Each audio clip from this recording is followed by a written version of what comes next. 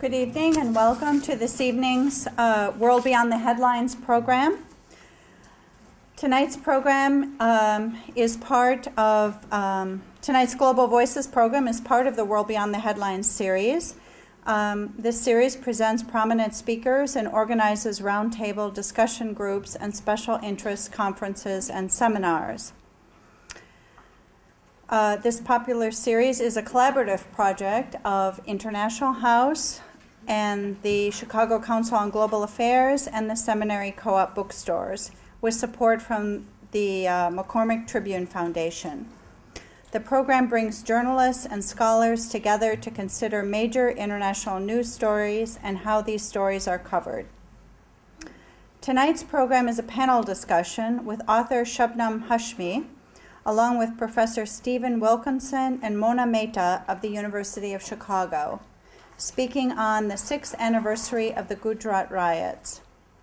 Tonight's program is also co-sponsored by the South Asia Language and Area Center and the Committee on Southern Asian Studies, along with Chicago Society. Our speakers tonight include Shabnam Hashmi.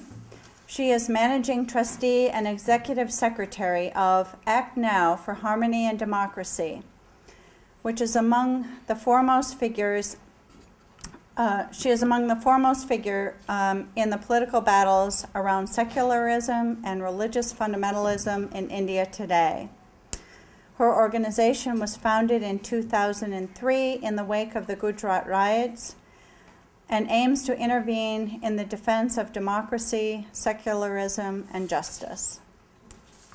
Stephen Wilkinson is Associate Professor of Political Science here at the University of Chicago. His main interests are in ethnicity and nationalism, patronage politics, and the politics of distribution, and the long-term effects of colonialism and governance on governance and conflict. He draws upon his continuing research interests in the society and politics of South Asia. Mehta is a PhD student in the Department of Political Science at the University of Chicago. Her research work examines how a multitude of political procedures and civic spaces that social scientists consider to be constitutive of democracy have become implicated in a non-democratic politics of exclusion, marginalization, and violence in the western Indian state of Gujarat. She recently completed 18 months of fieldwork in Gujarat that includes interviews, archival research, and observation of everyday civic and political activities. They'll be speaking to us tonight for about 30 minutes or so, and then we'll have time for question and answer from the audience. We also invite you to examine the books which are available for sale out in the hallway, sponsored by the Seminary Co-op bookstores. So welcome all of you to this evening's program. I'll go first. I fear you may be in for more than 30 minutes collectively. But,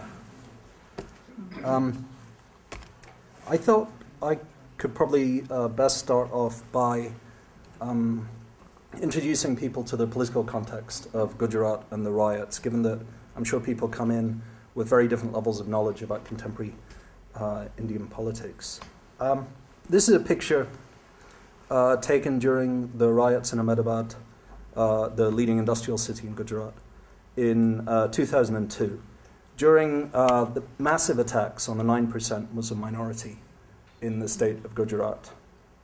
These riots followed an earlier attack on a train of Hindus who had taken part in a pilgrimage to North India organized by right-wing Hindu organizations.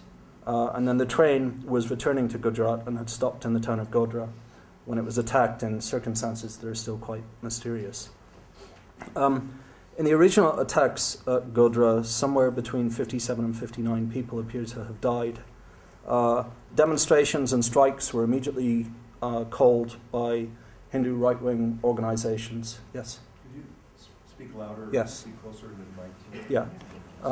Demonstrations and strikes were called by Hindu right-wing organizations. And then in the large-scale riots that followed, which lasted intermittently for around 2 months, anywhere from 850 to 2,000 people, depending on which figures you follow, were killed, and tens of thousands were displaced from their homes.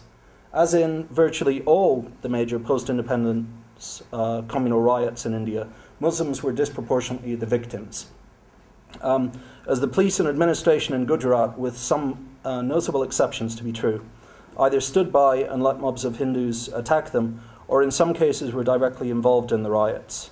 The BJP government in the state was deeply complicit in these riots. For instance, it transferred 27 officials for essentially doing their job out of their positions during the riots. And you can go to Human Rights Watch reports and other reports that demonstrate the degree of complicity of the state government in this.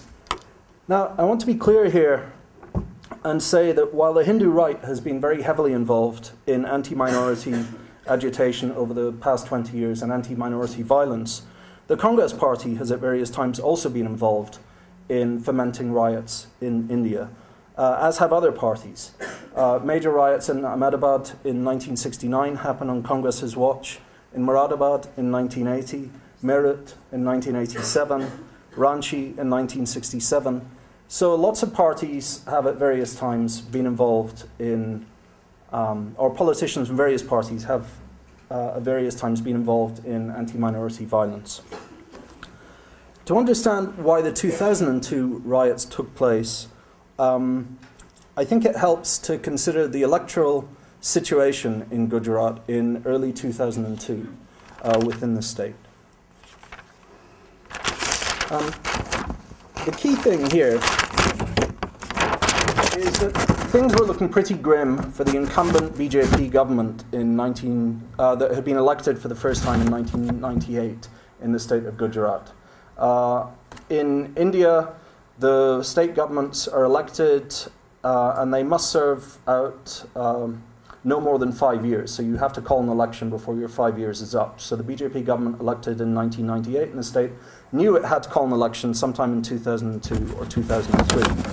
And things looked bad for the party because in a whole series of by-elections that had taken place, they lost. They lost important municipal elections. There had been large swings against them. They had done badly in terms of their people's perception of how well they ran the state. And a new chief minister had come in looking to mobilize the electorate around Hindutva, Hinduness, and this is Narendra Modi, who's still the chief minister of the state today. After the riots, the elections, the incumbent BJP wants to hold elections immediately. It stopped from doing that. Eventually they're held in December 2002. And it's a crushing victory for the BJP. So large swings against the party prior to the riots, and after the riots take place, large swings in favor of the BJP. There's evidence during the campaign of a lot of deliberate spreading of rumors by members of the BJP and Hindu organizations like the Vishwa Hindu Parishad, the VHP, and sympathetic papers to alarm voters over the perceived Muslim threat, to try and increase solidarity behind the BJP against this perceived Muslim threat. Modi says, had nothing happened at Godhra, would people have hurled even one stone, and only a vote for the BJP can protect us. The election rhetoric is clearly used by the BJP to increase the salience of the communal dimension in politics, to play the race card, as we might say, in the US, over other kinds of dimensions of politics. One candidate at an election meeting in Lunavada constituency says, the election's being fought, one BJP candidate, the election is being fought not on issues like development, but on security. The election issue is Godhra. At another election meeting, somebody says, this is not a Congress versus BJP election, it's Hindus versus Muslims. Party workers interviewed by documentary filmmaker Rakesh Sharma stated that if the BJP Chief Minister Narendra Modi lost, quote, they, i.e. Muslims, will rule. There's a lot of survey data to suggest that the scale of the BJP swing was indeed due to people becoming very concerned about the riots. So BJP voters were more likely in surveys to mention riots as the main election issue that drove their vote. There's a higher turnout of BJP supporters energized by riots and fears of the Muslim other. There's a lower turnout of Muslims, in part because many fled the state, and also because polling stations are placed in Hindu areas, and in the aftermath of the riots, Muslims are unlikely to go to these polling areas. And the BJP won a large majority of, quote, unaffiliated voters, which were the 11% of the electorate that didn't have a strong party identification in advance. The BJP won 56% of these voters, compared to the Congress's 24%. So there's a fair bit of evidence that the elections went the way they did because of the effect of the riots. This is just a chart that I've shown you. This is riot-affected constituencies in Gujarat, and this is the scale of the swing. So the BJP in red here, this is a swing to Congress, and varying degrees of swing. Even just eyeballing it, you get some sense that the biggest swings towards the BJP come in the riot-affected areas. If you actually look at this statistically, it seems that an average number of riots gets you around a 9% swing to the BJP, and if you don't have any riots, you get a small swing towards the Congress. So there's a clear electoral payoff for these kinds of riots. There's also, I think, a clear electoral purpose to the riots, because if you look at where the riots take place, they take place in the most competitive constituencies, the ones in which the incumbent party really feels it needs to get the largest electoral boost. And you know, I have a paper that explores that in considerable detail. All right. What I'd like to talk about now is the key role of state governments. Now, India is a federal system. It has 28 state governments, and under the Indian constitutional system, even if there's a riot happening, under the Indian constitutional system, state governments have control of law and order. There is no Chicago police force. There is the Illinois police force in Chicago, right? And the Illinois police force is everywhere else within the state. And the central government cannot come and intervene, even if there's a huge conflagration in Chicago, unless the state government invites it in under the Indian Constitution. So it's a federal system in which the states have key responsibility for law and order. You can get a massive riot that takes place a few miles away from an army base, as happened in Ranchi Hatia in 1967, and the army can't do anything unless it's constitutionally asked in, unless the President of India imposes emergency rule on a state, which doesn't happen very often, and tends never to happen if the party in power in New Delhi is also the party in power in the state in which violence occurs. There's a real partisan aspect to this. Large-scale communal riots in India, and large-scale communal riots anywhere, in fact, aren't accidents. Right? They happen because of sins of commission or omission by governments, by the state. And that's one key thing that I've learned, I think, about ethnic violence, communal violence, that the state is a key actor. These aren't just accidental events that pop up. They're ones in which the state is really a key actor. They're the result also of deliberate planning by paramilitary organizations, such as, in contemporary India on the Hindu right, such as the RSS, the Bajrang Dal, and the VHP. Again, I'm not making the claim that only Hindu right organizations have ever been involved in this. You could look back to the 1940s, and you could look at Muslim organizations that were playing a similar kind of role in North India. But at the moment, it's largely Hindu right organizations that are playing this kind of role. We talk about the Gujarat riots. What this map is designed to show you that, in fact, there were many attempts throughout India to foment violence in the aftermath of the Godhra killings on the train, in the strikes. These are precipitating events. These are strikes, demonstrations, sit-downs, marches taken through the other communities' area in order to protest at the Godhra massacres, at the Godhra killings. And in the red, you have the total number of casualties that actually take place. So there's two main points that come out of this. One is, of course, that there are attempts to foment violence in large-scale strikes throughout all of India, including in some towns with very long histories of violence where you might expect the spark to lead to an actual fire. The other point, of course, is that the killing is largely concentrated in Gujarat. There are a few deaths outside. Those are well, I'll go into those in a minute. But all the killing, almost all the killing is in Gujarat, not in these other states. So why is this? Well, we know why it is. Oh, by the way, apologies to any South Indians here who recognize that Kozhikode and Coimbatore are transposed. We know exactly why this is. Some state governments actually do a very good job in preventing violence. All the state governments, with the exception of Gujarat in 2002, do a very good job in preventing violence. These sparks from turning into fires. Why do they do this? In West Bengal, VHP takes out possessions. The state police use gunfire and kill 1 or 2 people and prevent this from turning into a large-scale riot. In Rajasthan, exactly the same thing happens. The police are very aggressive. They use deadly force against people who are starting a large-scale riot against Muslims, and it's stopped. In Madhya Pradesh, there are mass roundups of thousands of people who are believed to be involved in planning riots. So state governments outside Gujarat do an extremely good job in preventing the violence. In Gujarat, the government is highly complicit in the violence. So the state government is key. 27 state governments do a very good job during the Gujarat violence. 1 state government does an extremely bad job, and that's why we now think of it as the Gujarat violence. But it's possible to look at it in this different way and say it could have been violence over a much wider area, and it wasn't. There's this upside in terms of the other governments and their response to the violence. So that obviously begs the question, why this difference? Why does the state response differ? Well, Indian state governments are elected governments, and the politicians and elected governments in India, like anywhere, respond to electoral incentives as to whether to protect Muslims or not. What I've argued in my book is that state governments will protect Muslims and prevent riots when the party under 2 main conditions. One, if the party in power relies on substantial numbers of Muslim voters directly. Are they an important part of your own support base? That's not terribly surprising, right?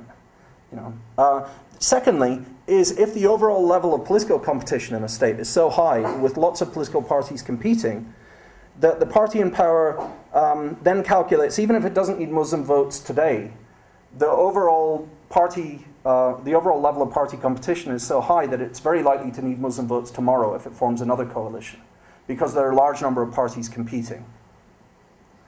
There are a couple of other conditions that basically let this work. Firstly, most of the Indian electorate, most Hindus, don't want anti-Muslim violence. That makes it not very costly for politicians to provide security, unless they're seen to be intervening too much against Hindus. And then secondly, Muslims put a very high emphasis on security compared with other kinds of issues. That makes it very easy for Hindu politicians to incorporate them within coalitions, because essentially they demand less for their vote than other groups that have a whole range of economic and distributional issues that they ask for in addition to security. In the book, what I did was actually test using 30 years of data on levels of riots in each Indian state, as well as levels of electoral competition, to see whether this in fact came out that way. This is the number of affected parties in each state. This is about the real level of variation you see in the number of affected parties in Indian states, from about 2 to 8 or 9. Affected parties is a measure that political scientists have come up with to undercount or underweight small parties that are only supported by one man and a dog, and overweight parties that have significant support. So this is, it's a widely used political science measure of this. And you get very substantial reductions if you increase the number of parties in each state. If we were to look at the state of Gujarat in 1995, compared with the state of Kerala in that year, Gujarat had only about 3 political parties using this measure in 1995, and Kerala had 7 and a bit. The level of riots would halve, the predicted level of riots would halve in the state, with significant levels of high party competition.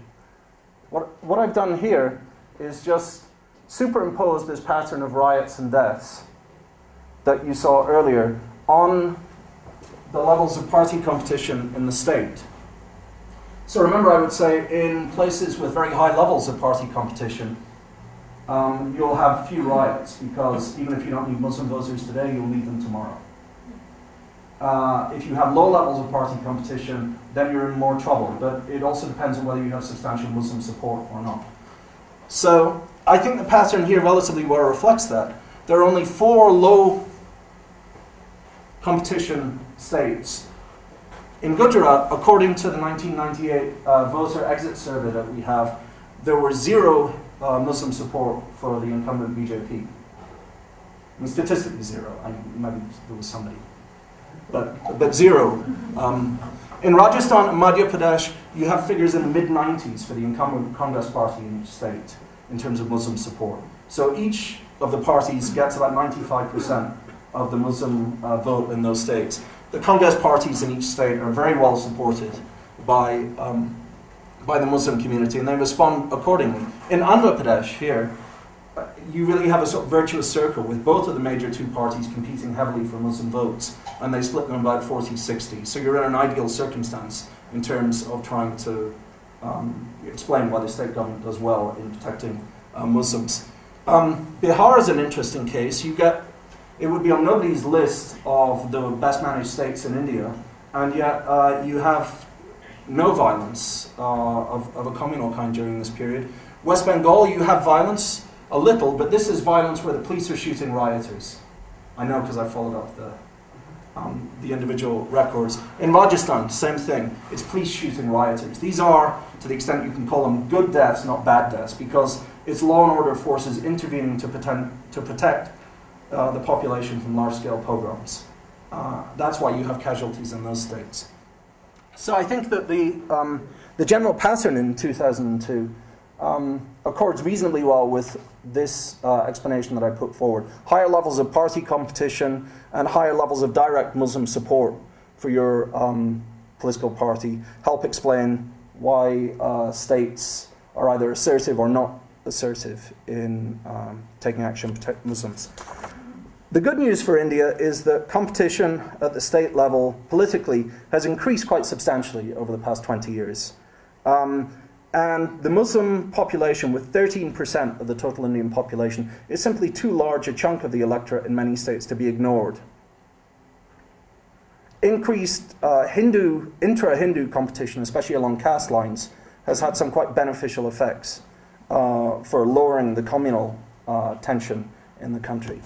I'm going to talk about just one more thing before I stop, and that's where the central government is in all of this. So the central government, as I said earlier, under the Indian Constitution, can impose emergency rule on individual states. It turns out it's only done this in reaction to communal violence 5 times from 1950 to 1996. In which the centre dismissed state governments for allowing communal violence to take place. And all of these cases were where the government in the state was opposed to the party or coalition in power at the centre. So not one, did Congress take action against a Congress government. Its politics is really driving this. And remember, in 2002, the BJP was in power at the centre in New Delhi. And it acted like Congress governments had acted before it, not against its own party. Why would you kick your own party out of power? When control of the state in the run-up to an election gives you all kinds of benefits in the Indian political system. Since 2004, when the new Congress government came in at the state, there has been a change, though.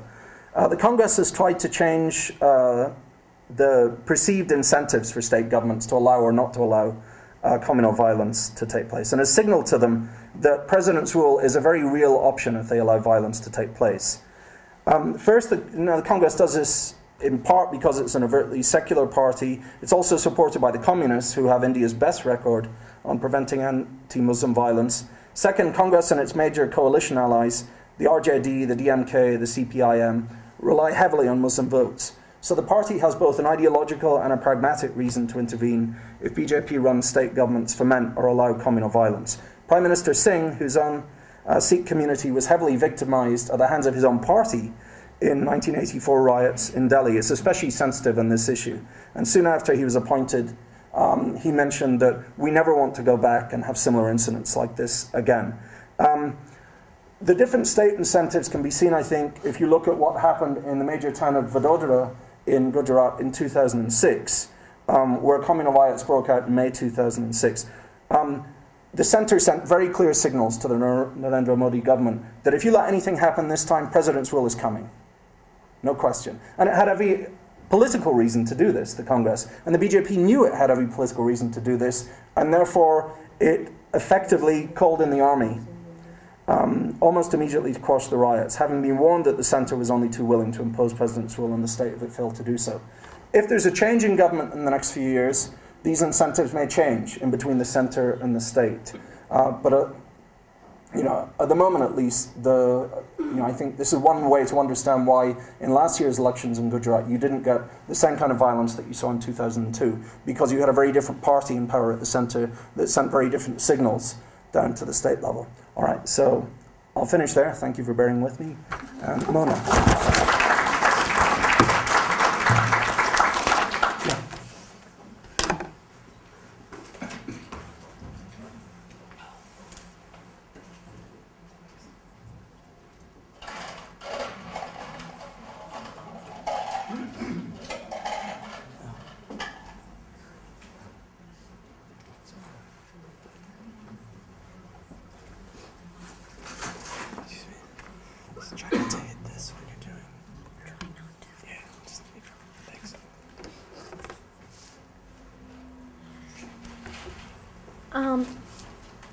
I just want to start by kind of these two iconic images of the violence, and those of you who are familiar with the media reportage of this violence.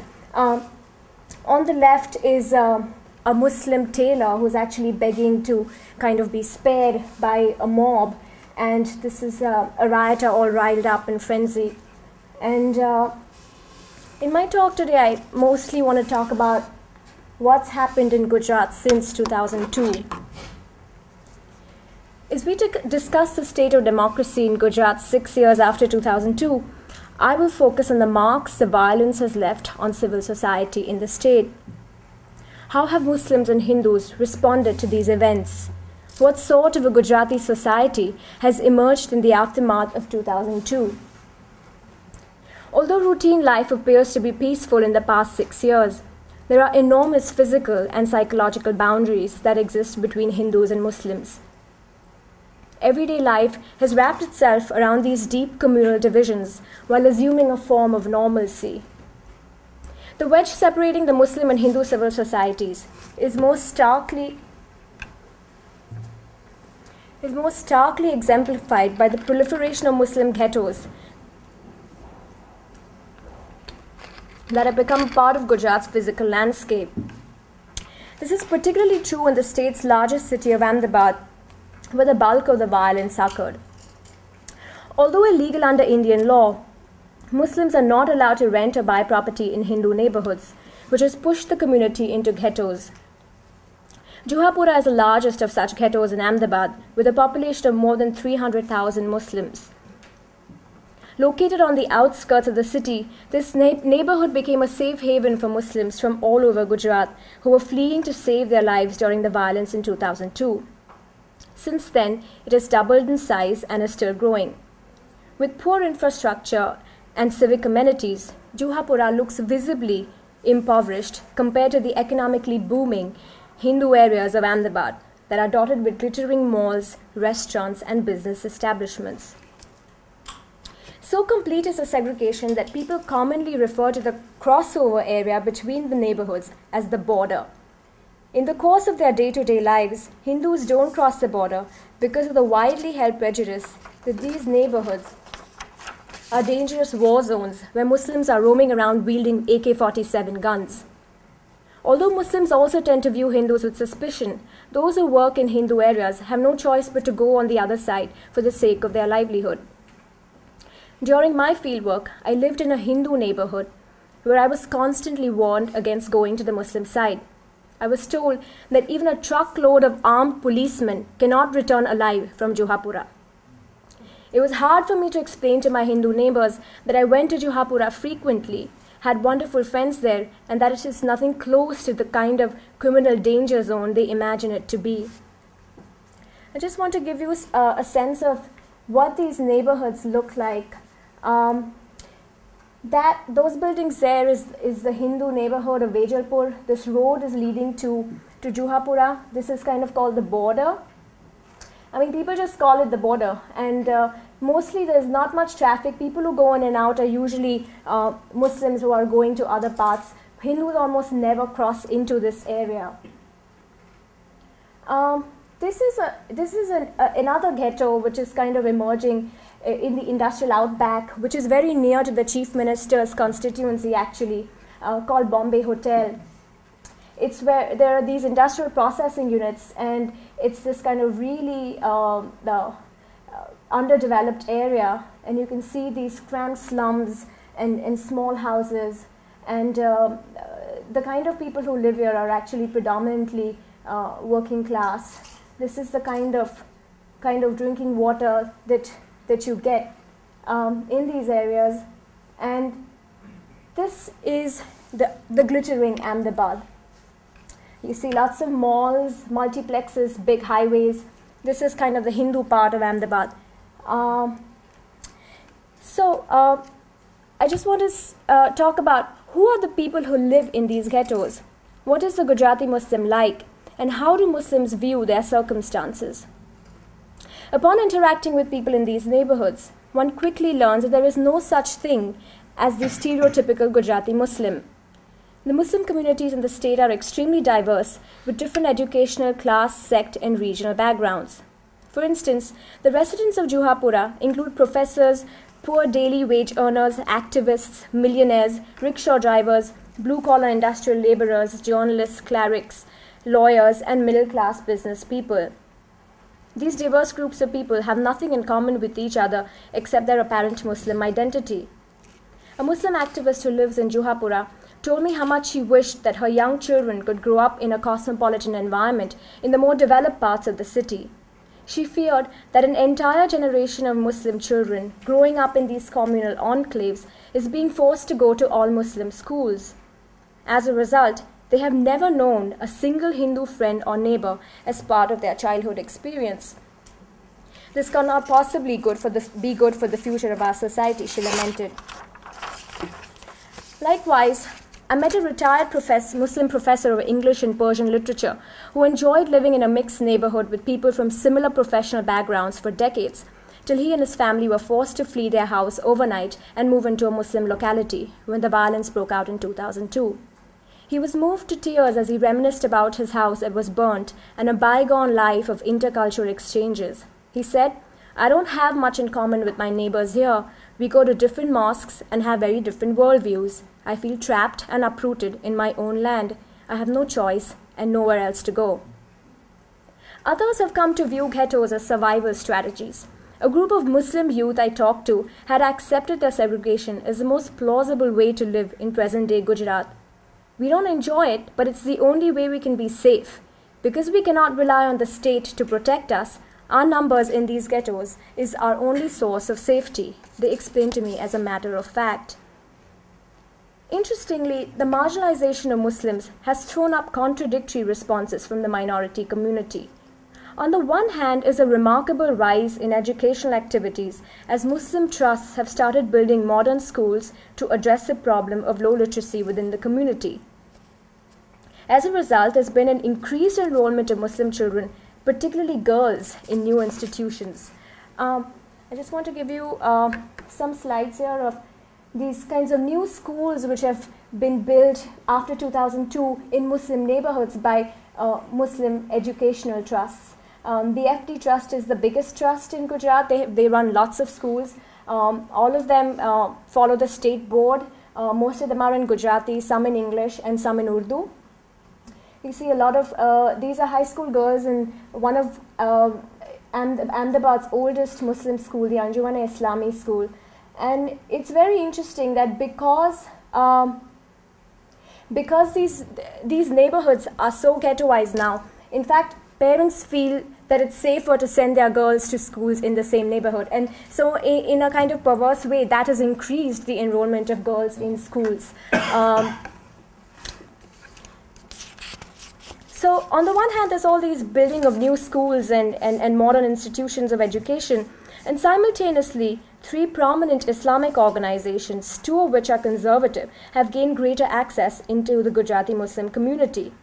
The Jamaat-e-Islami Hind, the Jamiyat-e-Ulema-e-Hind, and the Tablighi Jamaat have increased their influence among sections of Muslims because in the absence of state support, they provided relief and rehabilitation materials to the victims in 2002. Some of these groups have responded by building new mosques and calling on their co-religionists to become more pious Muslims. Others have set up schools and provided vocational education to Muslim youth. As these Muslim organizations compete to increase their following, no single group or leader enjoys the support of the majority of the community. In March 2007, Jamaat-e-Islami Hind, the most conservative and powerful of Muslim groups, launched a statewide campaign to distribute free copies of the Quran translated in Gujarati. Yet other important Muslim organizations refused to participate in the inaugural event because of ideological differences. A working-class Muslim who identified himself as a Barelvi Sunni told me he would never associate with the activities of the Jamaat-e-Islami because, according to him, they're not real Sunnis but Deobandi conservatives. Another young man declared that he would much rather greet Hindus with Salam Alaikum than talk with members of the Tablighi Jamaat and Jamaat-e-Islami because, he said, Hindus at least believe in the sacredness of Sufi saints and mausoleums, whereas these other Muslims don't. In fact, internal divisions among Muslims have inhibited them from mobilizing support for their causes, as exemplified by the following event. Last year, the Municipal Corporation of Ahmedabad launched a road development scheme in the old city that involved demolishing parts of centuries-old mosques to enable the expansion of streets. The local Muslims who offered namaz or prayers in these mausoleums moved the High Court to stop this destruction.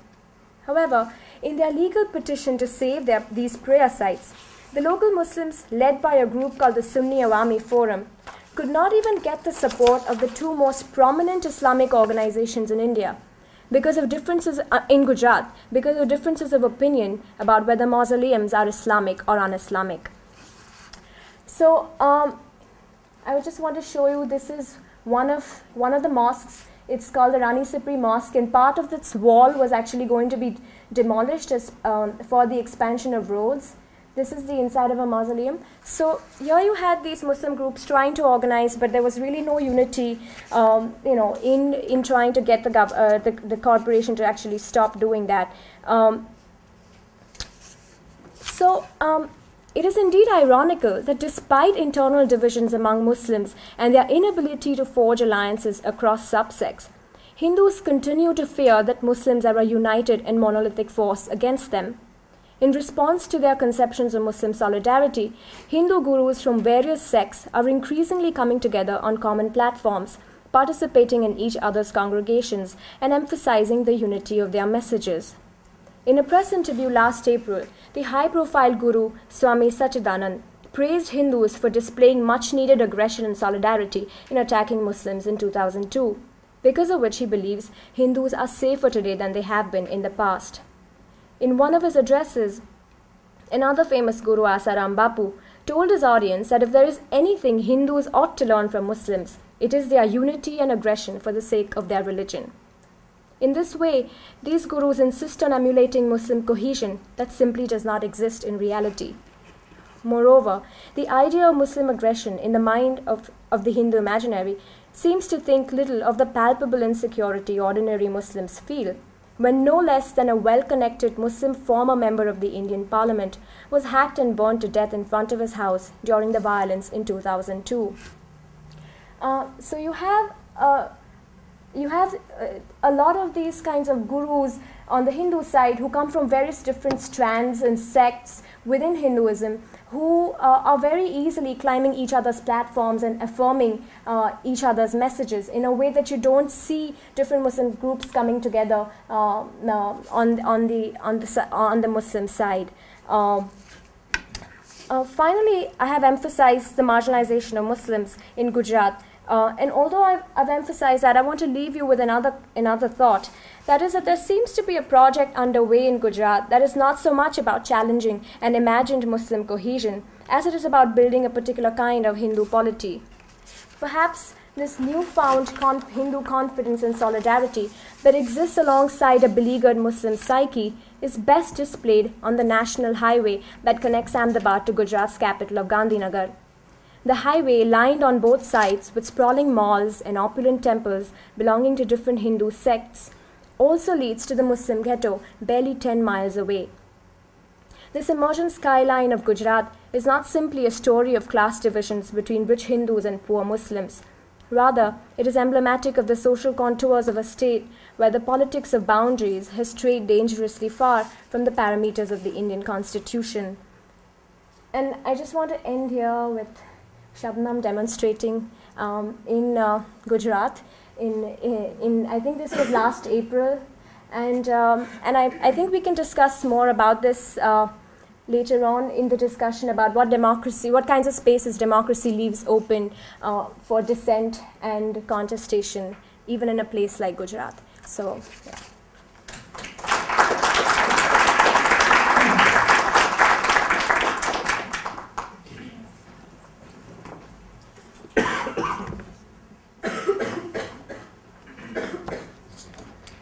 Thank you, Mona and Stevens. Very interesting presentations, both of them. Friends, I think I would quickly take you backwards into history. And I really apologize because I'm sure that half of you already know about it. But I think it's important to talk about this. When India gained freedom after the freedom struggle, during that period there were, as you know, there was partition. One part of India became Pakistan and India remained. And there were these two streams, one within the Muslim fundamentalist groups led by Jinnah, the two-nation theory, which said that Muslims are a separate nation. And there were a chunk of Muslims who followed them and went to Pakistan. Majority of the Muslims remained in India. But within India, the Hindu Mahasabha, the Hindu fundamentalist organization, the right-wing organization, which said that Muslims and Hindus are two nations, but they never thought of partitioning India. They said it has to be one country where Muslims have to live as second-class citizens, as the younger brothers. And though India was conceived as a secular democratic country, and most of the people who remain in India from all religions, they very strongly believed in that. But the right-wing forces, initially the Hindu Mahasabha and then which RSS, they branched into many more, they continued to work in India. They were responsible for killing Gandhi. At that point, RSS was banned. RSS is Rashtriya Swayamsevak Sangh, which is the mother organization of all the right-wing organizations, Hindu right-wing organizations in India. But they were unable to expand too much till we come to the 1990s. 1990, when the then Home Minister Advani decided to take this Rath Yatra to Ayodhya to claim that the Babri Mosque, which was demolished later on, was the birthplace for Lord Rama. That was the period which is the turning point in India's history in terms of its communal history, and which was able to catch the imagination of the people. And the right wing was able to mobilize general people in huge numbers. And what started in 1990s, the politics of hatred and division, it was there, but it was not at such a big scale earlier. That almost reached its culmination in 2002 in Gujarat. And between 1990s and till today, the right-wing forces, including the RSS, the BJP, Bajrang Dal, Shiv Sena, there are thousands of these organizations now. I mean, literally thousands of these organizations. They have different names. They are spread across the country, and they are in every section of the society. They very systematically penetrated different areas. Also, we see that this rise of the right wing is very much connected with the process of globalization and neoliberalism. Because as the state started withdrawing from people's lives, it left more and more spaces open for the right wing to operate in.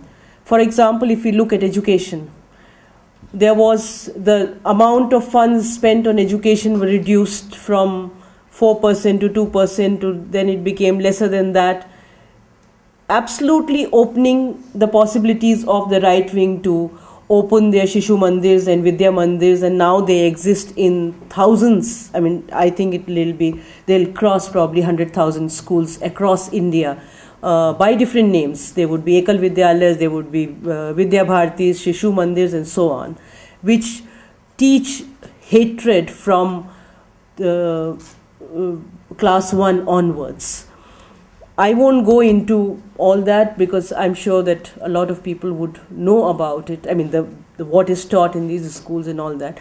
But the right wing very successfully invaded almost every section, almost every space in the country. Today, as we stand here, I might sound very alarmist, but the facts are that I personally do not give more than 5 years to Indian democracy. Within 5 years, fascism will take over, and it is taking over. It is invading every section, whether it is your judiciary, whether it is your police, military, education, culture, bureaucracy. Everywhere RSS has penetrated, and penetrated very deeply. It has penetrated not only in India, but it has penetrated in your campuses. The Indian diaspora, the amount of organizations, right-wing organizations that preach hatred, that are working on US campuses is unimaginable. The amount of funds which are sent from here to support these hate-spreading machinery is also unimaginable. There have been a number of studies in US and UK both exposing this kind of funding and exposing the most recent study being on the Hindu Student Council, which is the RSS body which works in the students, among the students in the US. As the right wing started growing in India and capturing more and more spaces, they decided that Gujarat is going to be their laboratory, and they openly declared it. They said Gujarat is the laboratory of the Hindutva experiment. And the ways of spreading hatred were perfected in Gujarat. They have been perfected in Gujarat. That time is over when Gujarat was happening only in Gujarat. Now they are being exported across India. What was happening in Gujarat in 2002 is happening today in Odisha, in Madhya Pradesh, in Rajasthan, in Karnataka, in Kerala, and happening at a very, very fast pace. Their modus operandi has always been, I mean, once they have invaded the hearts and the minds of the people, that during an attack, there are 5-6 things which they do. Some of it, both my friends talked about. The first is totally breaking the economic bone of the minorities. So whatever they have, any kinds of businesses, shops, whether big or small, whichever, that is attacked and burned down and destroyed. The second is attacking their homes. So wherever the minorities live, whether Muslims or Christians, the attacks are equally on Christians also. 2002 was especially Muslims, but before that, after that, Christians have been attacked in a very big way and huge numbers. Then attacking what is considered the honor of a community, the women. And I would take a few minutes talking about that because in 2002, I reached in the first week in Gujarat, and all I did apart from relief and rehabilitation in the camps, I documented the sexual violence which happened against women across 7 districts in Gujarat. I had covered at that point about 35 villages, villages where nobody had gone, cases which no one knows about, which were not reported anywhere. According to my estimate, there were at least 400 gang rapes during that first week itself. And if you look at the pattern, of what was happening, probably you have heard of one Kausar. Now, after the Tehelka expose, the person who did that himself has admitted that he cut her womb, took out the unborn child and threw it in the fire. But I have with my own eyes seen photographs of over 10 women under the similar conditions of the fetus sticking to the womb, cut womb, and the body burnt. If you look at the pattern of what was happening, and which happened within the first 3 days, so all theories of reaction, you will realize, are absolutely bogus and were absolutely bogus. All over Gujarat, this happened in 7 districts. There were gas cylinders which were used and petrol bombs which were used and manufactured within the homes of the right-wing Hindu families. Women were also part of making those petrol bombs. In fact, if you have seen the film, I don't know if you have seen that, it's called Evil Stalks the Land by Gohar Raza. There you can see women making those bombs and handing them over to men to be, which were used during 2002. You see, there are villages where women are still cooking on cow dungs or cooking on wood. Even on those villages, gas cylinders were used and petrol bombs were used. If you look at the pattern of the attacks on women, you see the same pattern. Women were brought out from their homes, huddled together, groups of 10, 15 in one place, even up to 38 women.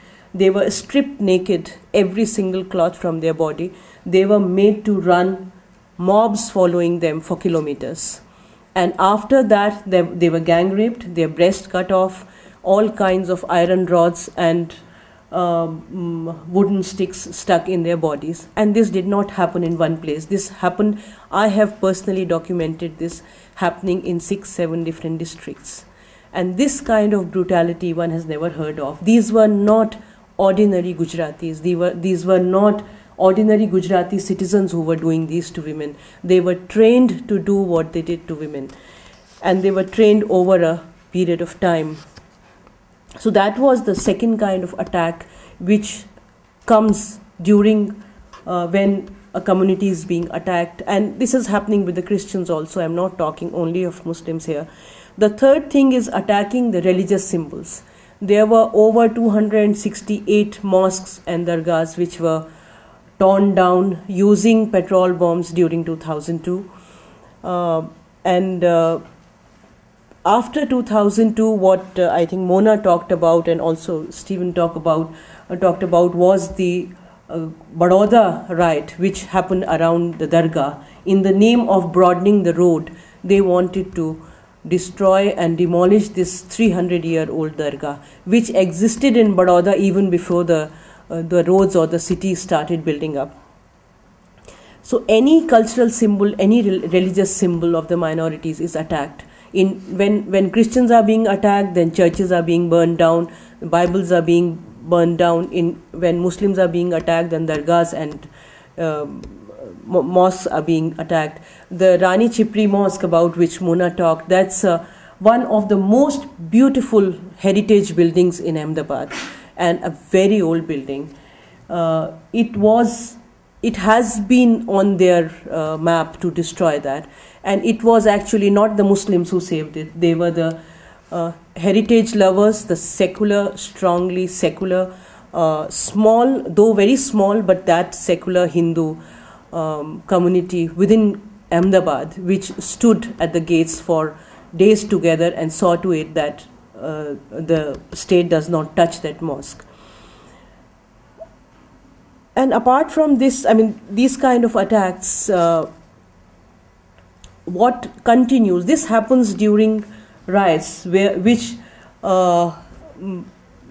immediately gain the attention of a lot of people, civil society as well as other countries within the country, political forces. But what is more dangerous is the low intensity violence which goes on and goes on every single day. Now low intensity violence has become an everyday affair in the life of minorities in India. And it is not only Gujarat. I'm talking of a lot of other states where it is happening. What happens in low intensity violence are, for example, there are many ways of doing it. For example, during the election period, it was, I think, September, October, yes, around October, we got calls from Surat district. We were told that there are 5 villages which have been burnt down.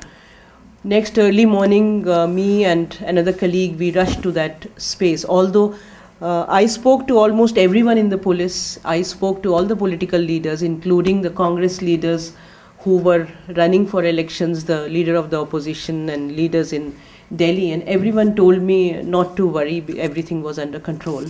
But since the people were calling us, we decided to go there. And after reaching there, we realized that there were 5 villages which were totally burned down. Every single Muslim house was burned down. In a mosque, which is in a place called Kim Char Rasta, when I entered that place, which was attacked by the police, not by a mob, but by the police, the floor was splattered with blood, and all the windows, they were totally broken. And despite many calls to the police commissioners, to the people in charge, to the Congress leaders, nothing happened. It was, after a desperate attempt that I decided then to intervene at the central level. I asked my office, I dictated a whole report, asked them to send it to Mrs. Gandhi immediately. And it was only after she intervened that the Congress leadership moved in Delhi. So when Stephen was saying that many times Congress, it is under the Congress rule this has happened, that's true. It has happened many times under the Congress rule. But now the difference between earlier times and 2007 is that when you start communalizing a society, it does not get communalized in sections. The process affects everyone. And today we do not have any political force whom you can call secular. Most of the Congress itself is so highly communal. There is no difference between their way of thinking and BJP's way of thinking.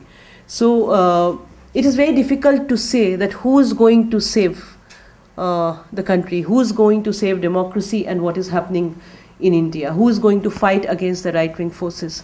There are groups like ANHAD, which is just a very tiny group which tries to do whatever we can. And there are, I would say, thousands of groups like ours across India. These are civil society groups which are doing very intensive work, which are doing very meaningful work, and also making a difference.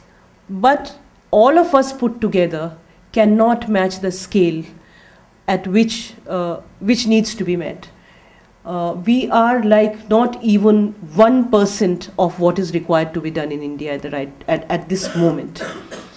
And the situation looks very bleak. It looks very bleak right now. I would just take 2 more minutes to tell you, because I know that a lot of you would not believe what I'm saying, because what you hear from the newspapers, what you hear from the media, what you hear from your governments, from Indian governments is very different. Everyone thinks India is blooming, shining. Yes, it is shining for the 15%. The latest report, I don't know if some of you have seen, of the National Commission on the enterprises on the unorganized sector, has shown that 316 million people, which make 76% of the workforce in India, earn less than 49 cents a day, earn less than 20 rupees a day. So there are 75% of India's population literally starving, on the verge of committing suicides. There have been more than 100,000 farmers who have committed suicides in the last 5-6 years. There are more than 21 million people who have been displaced either the urban poor or the tribals. 55% people of the displaced people are tribals in India due to different development projects, the so-called development projects. If building roads and malls and stadiums and building flyovers is development, it is for the middle, upper middle classes, it is development, but not for the poor of the country, who are suffering both at the hands of the communal fascist forces as well as forces of globalization and the multinationals who are entering the country at a ruthless speed.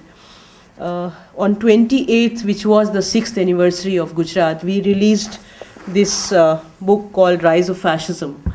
This book has testimonies of 300 victims from across 17 states in India.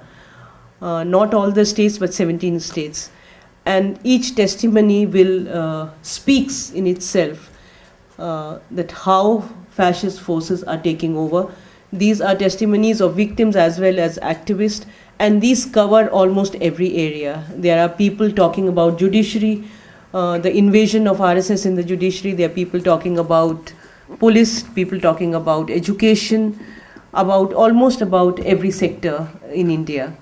And if some of you have the time, although there were only 2-3 copies which I could bring, I would definitely like to donate 1 copy to the library here, and would request you to go through this, to understand the gravity of what is happening in India. And my request is that sitting here, it's not much that people can do what is happening in India. A lot of people think that they can donate money. Yes, donating money is the easiest.